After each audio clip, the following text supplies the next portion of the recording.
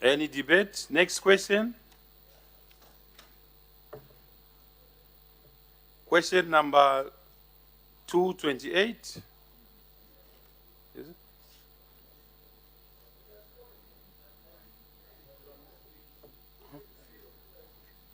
Oh, sorry. The Honorable Member for Mkushi North. A procedure, you know. Thank you very much, Mr. Speaker. Question number 228. The Honorable Minister of Mines and Minerals Development. Thank you very much, Mr. Speaker. Mr. Speaker, the Honorable Member for Mkushi North wants to know when Kashime Mine, owned by First Quantum Minerals Limited in Upper Lusemfwa area in Mkushi, will become operational, what the cause of the delay in operationalizing the mine is, and what plans the government has in the event that the mine is not operationalized. Mr. Speaker, government response is as follows. Number one, the Kashime Copper Mine project is not wholly owned by First Quantum Minerals. FQM owns 62.5%, while Mimosa Resources Limited owns 37%. The mine is expected to be operational by the end of 2023. B, the cause of the delay in operationalizing the mine, Mr. Speaker, is mainly attributed to the marginal ore body grade and the frequent changes in the mining fiscal regime over the past years. This rendered the project sub-economical to operationalize. And C, the plans that government has in the event that the mine does not become operational include invoking the necessary provisions under the Mines and Minerals Act number 11 of 2015 to remedy the situation. I thank you, Mr. Speaker. Any supplementary questions? The Honorable Member for Mkushi North. Thank you very much, Mr. Speaker. Thank you, Honorable Minister, for that response. And it's quite exciting to learn that the mine will be operational by the end of this year. My question therefore, as a follow-up question, Mr. Honorable Minister, is, since you have stated that there are two companies who are going to operate that mine, when do you think the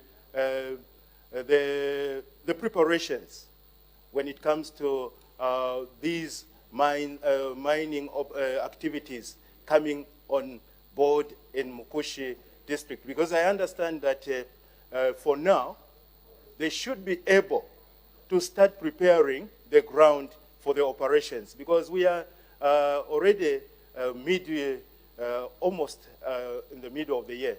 So when are they starting the preparations to really excite the people of Mkushi that that mine will be operational? The Honorable Minister of Mines and Mineral Development.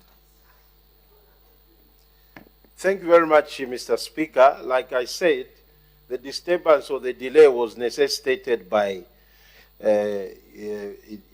unstable fiscal regime at the time. So in terms of preparation, I think that we need to look now at their documentation and see, or probably ask our officers to go there and check. But what we know is that the mine will be operational by 2023. And by the way, I want to clarify, it's not two companies that are going to run. They have two shareholders. So in terms of how they run it, that's now according to their program. I thank you, Mr. Speaker. The Honorable Member for Kantanshi. Thank you very much, Mr. Speaker. Thank you very much, Honorable Minister. Honorable Minister, you have attributed the delay to the implementation of that project, mining project in Mkushi, to unstable fiscal regime from the past. Honorable Minister, when the new Dawn government came in, it was very clear that it needed to ramp up production, and it immediately took steps to encourage the mines to start investing, something that never happened in the previous 10 years. And First Quantum Minerals has already benefited from Northwestern Province through their cobalt mining, some of the incentives that this government has provided. What could be the real reason behind this delay? And bearing in mind that we have only remained with 6 months to get about 9 months rather to get to the end of the year, and mining, as we know, is a very, very intense business. So what do you think is the main reason for this delay? The Honorable Minister of Mines and Mineral Development. Mr. Speaker, the statement has already given the reason, so I don't know which other reason I can give. They couldn't open because mining, Mr. Speaker, when you determine the resource, it will tell you at what cost you are going to mine every ton. So, if the policy environment is not stable, it's unpredictable, as the honorable member has rightly said, mining is capital intensive. So you want to know whether, if you invest 10 kwacha today, for example, there will be no changes in taxes and whatever, then you project that you'll be able to make a profit. Because normally mining, you may start this year mining, you may score a profit maybe 3-4 years later. So when you know that the environment is unstable, it doesn't make economic sense for you to go into mining. So, Mr. Speaker, for you to go into mining, you mine in an environment like the one the new Dawn government has put in place. Predictability, stability, and also knowing that I'll make a profit when I invest in this kind of regime. I thank you, Mr. Speaker. The Honorable Member for Kabwata. Thank you, Mr. Speaker, for the opportunity. Honorable Minister,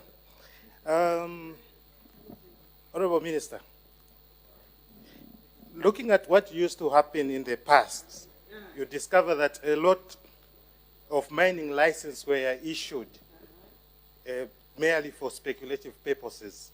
And we saw in the past 10 years that people never conducted any mining activities. Honorable Minister, would you be in a position to tell us when exactly the mining license for this particular company was issued? The Honorable Minister of Mines and Mineral Development.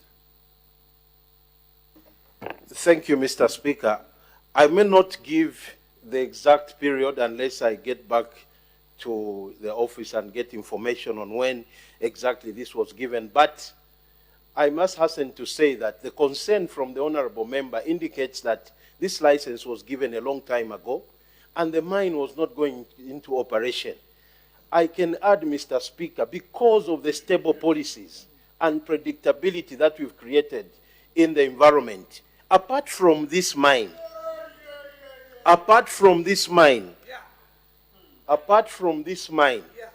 there is also Mkushi copper project that is going to come. There is Kitumba project in Mumba district. And there is Mwekera copper mine on the copper belt, among others. So, this is showing, in fact, I may add also Mingomba, the one that we are opening in Chililabombwe. And an investment, actually the money is in the country. They were just confirming to me, and they have also employed a Zambian CEO. So, this is because of the predictability of this economy and the stable policies that Honorable Msokotwane and the team at Ministry of Finance and generally the new Dawn government have put in place. And that is why these mines are now becoming operational. I will tell you, Mr. Speaker, that these mines began their explorations and they stopped because the policies in the previous regime were dancing. I thank you, Mr. Speaker. The order, the Honorable Member of Lukasha. Thank you, Mr. Speaker. I honestly hope that these new policies are not tantamount to selling our sovereignty, Mr. Speaker. Mr. Speaker, my question to the minister is just for him to confirm to the House if during this period this company has been compliant with paying charges associated with the mine which is not operative. Thank you, Mr. Speaker. The Honorable Minister of Mines and Mineral Development. Mr. Speaker, I thank you and I thank the honorable member for that question. For any mine in Zambia, especially under the new dawn, because we are a government that respects the rule of law. No mine, and I want to emphasize, Mr. Speaker, is going to operate while abrogating the rules of that license. We are going to follow the Mines and Minerals Act to the latter. So no mine will operate with a license that is, that does not follow the law. So we are very clear about that, and that is why, Mr. Speaker, we have grabbed a lot of licenses that were given for speculative purposes. I thank you, Mr. Speaker. Thank you. The Honorable Member for Chibuye. Thank you, Mr. Speaker. Honorable Minister, the new Dawn administration, as you have elaborated, has put certain conditions that are remarkable, resounding, predictable to operationalize this mine that is in Mkushi. My question is, we appreciate the conducive environment your ministry has created through the very trusted and able policies the new Dawn administration is currently undertaking. As your ministry sat down with the owners of the mines, now to tell them that this is what we have put in place, can you go ahead so that we can give the hope to the people of Mkushi so that they can see the meaningful development expected when this mine commences? Thank you. The Honorable Minister of Mines. Thank you very much, Mr. Speaker, and thank you, honorable member, for that question. Mr. Speaker, I am very excited with that kind of questioning because then it allows me time to actually explain what we are doing to make sure that the people, the mining companies or investors that are in the mining sector begin to answer to the policy environment that this government has created. Number one, we have set up regulation through the Minerals Commission. Cabinet will be approving it very soon. It's the first time in Zambia we are having a regulator in the mining sector. Mr. Speaker, that will now be a vehicle that we will use to check if people are complying, if people are understating production figures, if people are not giving us what we want as a government. That is the vehicle that we are going to use. So, honorable member, be comforted that as we put these policies in place, the ministry is also on firm ground to make sure that mining companies abide with the law and they also answer to the predictable policies that we have put in place. I thank you, Mr. Speaker. The Honorable Member for Petauke Central. Thank you, Mr. Speaker, for giving the good people of Petauke to ask a follow-up question on the Minister of Mine on behalf of the good people of Mkushi. The Minister of Mine, on those mines which you are saying that they are going to be operationalized this year, they did a geological survey, and how many types of minerals are we expecting as Zambia to be mined at those two mines? Thank you. The Honorable Minister of Mines. Thank you very much, honorable member. Thank you, Mr. Speaker. Predominantly, these are copper mines, but any other details, I think they are stated in their licenses. If you wish to know, honorable member, you can visit my office. I'll give you the details. I thank you, Mr. Speaker. The Honorable Member for Shuangando. Thank you so much, Mr. Speaker. Indeed, it's interesting to listen to the Honorable Minister. And I personally have got no doubt on my mind that you are equal to the task, knowing you as our former hard-working mayor for Chirila Vombwe.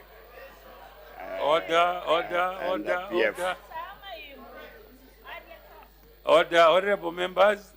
May you take your seat, Honorable Chibuye. Whip. I think as we debate, let's keep calm and avoid abusing each other. Let's stick to the question. He may not be comfortable if you refer to who he was in the past. So let's just stick to the question. I stand. No. It could be a fact, but let him just ask the question. The hard-working mayor. He's a hard-working minister, by the way. Yeah, even a mayor was hard-working, implementing PF policy. Mr. Speaker, well guided. Listening to you, Honorable Minister, saying you have now the predictable environment and everything is in order. And I think if that was the case, my dear Honorable colleague sitting here, who comes from where there's the famous Kasenseli, Yeah. this time we would have been at peace. And I don't think today the Honorable Minister of Home Affairs would have been rising on a point of order to assure the nation that the rooted sewage from some mine has gone missing. What guarantee do we have, Madam Honorable Minister, that this abandoned mine, with knowing what has been happening in Mkushi, where people are bumping each other with Chinese and they get shares, how sure are we that this abandoned mine or in Kashime is safe and no one is rooting like it is happening in Rwapula where sewage is being rooted? I thank you, Madam Mr. Speaker. The Honorable Minister of Mines. Mr. Speaker, thank you very much for that question, and thank you, Honorable Member. Sometimes when we are making these statements, we must look at the man in the mirror. As we are making these sewage allegations, you know, all the illegalities, look at the man in the mirror. When you are looking in the mirror, see who you look at. Because these issues have got a history. And that's why they are coming up today now. They are being exposed because of a transparent government. This is, Mr. Speaker, a transparent government. When you talk about the Kasenseli mine, Mr. Speaker, very soon, and in fact it may be next week, that we will announce how transparent that mine will operate. That is why I'm saying, when you mention some of these things, Kasenseli, Sujilite, look at the man in the mirror. Then they will tell you, you see who that man in the mirror is and what was happening around these assets. Mr. Speaker, we are a government of laws. We respect the rule of law. And because we respect the rule of law, any mine has the responsibility, according to the Mines and Minerals Act, to take care of issues of illegal mining. So this very license, the owners have the responsibility to make sure there is no illegality around that mine. And this is a transparent government, like I said. We will expose any illegality and we will arrest if you are involved in illegal things, regardless of who you are. So, Mr. Speaker, answering the honorable member, I'm saying the owners of Kashime mine have the responsibility to make sure there is no illegality. If there is illegal mining, we invoke the law. I thank you, Mr. Speaker. The honorable member for Kankoyo.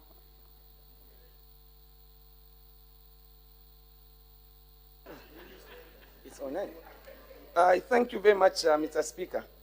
Mr. Speaker, earlier on this year, President Hakainde Hichilema made it very clear that we're going to unlock a lot of rigidities. We have seen The Ndora Dual Carriage Road has been unlocked. The president is in Chikankata to do unlocking ZESCO.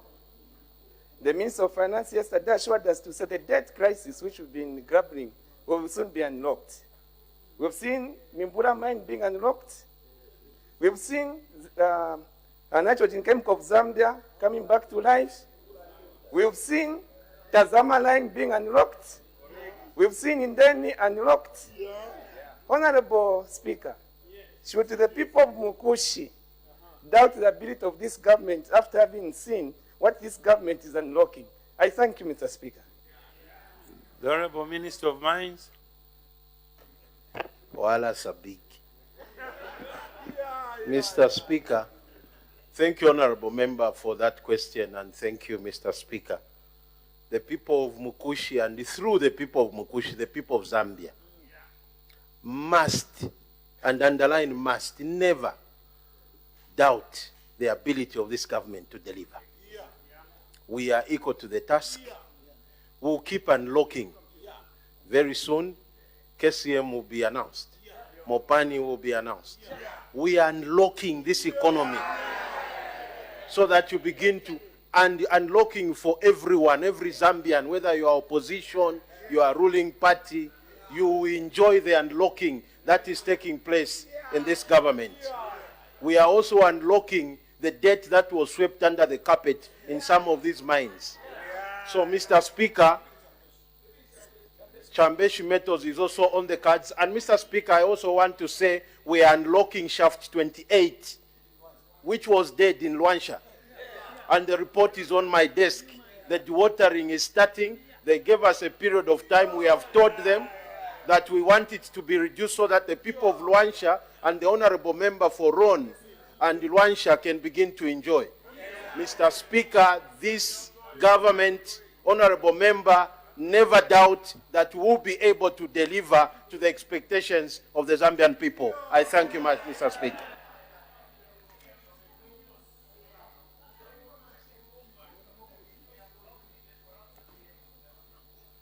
I think 7 people so far have debated this question, so the last one will be the Honorable Member for Nyimba. Thank you. Thank you, Madam. Thank you, Mr. Speaker. Mr. Speaker, first and foremost, I'm one of the people who don't subscribe calling Zambians illegal miners. When God was creating this earth, planet, He gave different people their minerals where they belong. He gave the Arab world oil. He gave us here copper, precious stones, a lot of minerals. Mr. Speaker, today, whoever comes in this country gets a license. 30 years after getting the license, there's nothing he's doing. When the Zambians goes there, they are called illegal miners. Minister, you agree with me that a good number of people, some of them are here, they have gotten a lot of mining license in speculation. They want to have a mining license, that I'm a miner, but they are doing nothing on that mining rights. A good number of them have been sold to bogus investors who are holding on to licenses. Minister, if you look at this background, which I know you are very versatile with, don't you have a plan in a case of Mkushi, who is my neighbor? In case of Mkushi, don't you have a plan of cancelling these licenses, which has been dormant, even after giving them mining rights? They keep on renewing them. When the renewal time comes, they renew them. When the renewal time comes, they renew them. But they are not putting up any investment there. And this country have got people who can go on those mining rights and develop them. And they are disadvantaged by these people.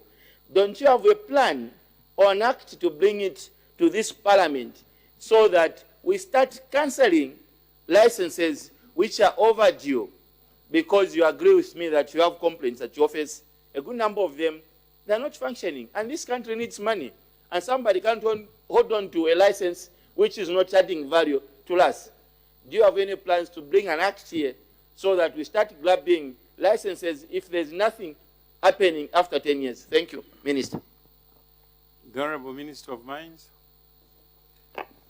Thank you, Honorable Member, and thank you, Mr. Speaker. Honorable Member, we are well ahead, and that's why I'm saying do not doubt their capability of this government to deliver. We, Mr. Speaker, are already finalizing the SI that restricts the number of licenses to 5, and that will be put in place. So already that people, we have made announcements, and people are beginning to surrender because they've seen that this government is serious. And what we are saying, Mr. Speaker, is those 5 that you will be limited to, you must prove that you are working them out. If you are not working them out, we'll grab it back. So even going beyond 5 licenses, first prove that the 5 that you have worked them out, they are in production, and then you can ask for more. If that is not happening, we will not allow. So we are already well ahead of that, Honorable Member, and we are just waiting for justice to clean it up, then we'll announce to the country. I thank you, Mr. Speaker. The Honorable Member of Mkushi, the owner of the question, will ask the last one. Thank you very much, Mr. Speaker. I love the passion and the confidence that is coming out from the minister, even as they deliberate and give these answers. Honorable Minister, what is the take-home message for me as a member of parliament for Mkushi, as I go back to Mkushi, so that the people there can really be excited over this development that is coming before the end of this year? The Honorable Minister of Mines. Thank you, Honorable Member, and thank you, Mr. Speaker. First and foremost, I draw the confidence from the fact that we have a leader in President Hakainde Hichilema, who is very focused, very serious, and he knows what this country needs in terms of taking it forward. So that when I'm talking like this, Mr. Speaker, in Bemba we say Mumbo Kulila, meaning what's the name of Mumbo in English? When a hyena is making noise, it means that it knows where it will get its defense in case you attack it. So even me, why I have this confidence, it's because I know the leader that this government has. So, Mr. Speaker, and Honorable Member, to assure the people of Mkushi, I'll just say, never ever doubt the ability of this government to deliver, and will follow through this mine, that it becomes operational so that our people in Mkushi can see the benefit of having a mine. I thank you, Mr. Speaker. Next question.